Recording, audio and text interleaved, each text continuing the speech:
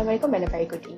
My name is Narisha binti Abdul Rahim and our group will be presenting longitudinal road tunnel ventilation system for our Computational Fluid Dynamics Project. Our project mainly focuses on tunnel ventilation systems, specifically inspired by the Smart Tunnel in Malaysia.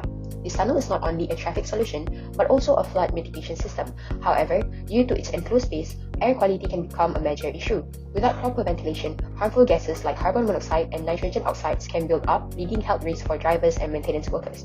In emergencies like fire events, poor ventilation can worsen visibility, delay evacuations, and risk suffocation. That's why our study explored how different inlet air velocities affect tunnel conditions under both normal and fire scenarios to help improve safety, efficiency, and sustainability. Now, I will be explaining our problem statement. So our first problem statement is that road tunnels, while important for urban transportation, are fully enclosed spaces. As vehicles move through them, they release harmful gases like carbon monoxide, nitrogen oxides, and fine particles. Without proper ventilation, these pollutants build up, causing the air to become hot and unsafe. This can lead to serious health problems such as dizziness and respiratory issues, especially with prolonged exposure. The second problem occurs during emergencies like vehicle fires. In these situations, thick smoke and toxic gases can quickly spread throughout the tunnel, reducing visibility and making evacuation difficult. This delays emergency response and increases the risk of suffocation for those inside. The third problem is that ventilation system, although necessary, consumes a lot of energy. This makes tunnel operation costly and less sustainable. So optimizing airflow is crucial not just for safety, but also for improving energy efficiency and reducing operational costs. Based on these problems, our objectives are to analyze how airflow and heat transfer behave in the tunnel under normal and fire conditions, and secondly is to study how different inlet airflow velocities affect smoke flow and heat concentration. We created a CAD model of a tunnel fan using Autodesk Inventor 2025, utilizing basic tools like line, circle, extrude, and fillet.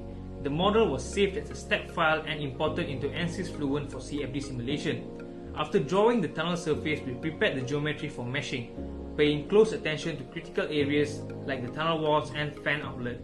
Local mesh refinement was applied to accurately capture complex flow behaviors such as recirculation zones and high velocity jets. The mesh also helped identify CAD issues like small gaps or sharp edges. Due to student version limitation, we used default materials and set the flow as laminar. Boundary conditions included a velocity inlet of 1 meter per second to 4 meter per second and a pressure outlet. For the fan, the rotational axis was set along the y-axis with a speed of 50 radians per second. We switched to second order solution methods, initialized the simulation and ran it for 20 iterations. The results included velocity and temperature contours showing airflow and heat distribution. For the tunnel surface, for the fire scenario, a hole was cut at the bottom surface of the tunnel. For the boundary condition, the hole mentioned previously was renamed to fire and was set to be a mass flow inlet with a mass flow rate of 0.3 meters per second. A new material, which is smoke, was also added in the material section by plugging in the specific heat capacity, thermal conductivity, and the molecular weight of soot, under the classification of it being a fluid. Apart from temperature and velocity, the pressure contour was also taken into account for the fire scenario and was included in the results. For the mesh analysis, we used an element size of 0.4 meters for better accuracy. Next part is result and also discussion. For this project, we conducted a CFD analysis to study the airflow velocity and also temperature effect inside the road tunnel. We tested using 4 different inlet airflow velocity from 1 meter per second to 4 meter per second. From the analysis, we observed that at a lower inlet velocity like 1 meter per second, the airflow moved with a shorter travel distance and also weaker airflow patterns as shown in the first picture. As we increased the inlet tunnel velocity to 4 meter per second as shown in the second picture, the airflow moved smoothly and also evenly throughout the entire tunnel, and it also effectively removing the dead zones and also improving air circulation. To visualize this result, we also prepared a short simulation video showing the airflow pattern in the XY plane. Next, to test the temperature effect under different airflow velocity, we used constant temperature value. Since the airflow was already cooled at 295 Kelvin, the temperature change inside the tunnel were very small as shown in the both picture. However, Increasing the airflow velocity helped to spread the cold air better and made the tunnel's internal temperature more stable and also balanced. We can visualize this situation with the help of the video in the slide. This slide shows the CFD result under fire or smoke conditions at different inlet airflow velocity. On the left, we can see the velocity streamline, and on the right, the temperature contour. At a lower inlet velocity of 1 meter per second, the airflow moves slowly and struggles to push the smoke out, causing it to stay longer inside the tunnel. But when the inlet velocity increased to 4 meter per second, the airflow moves faster and helps to push the smoke out quickly and reduce the temperature build-up near the fire source. This shows how increasing airflow velocity improves the smoke and also temperature control during the tunnel fire.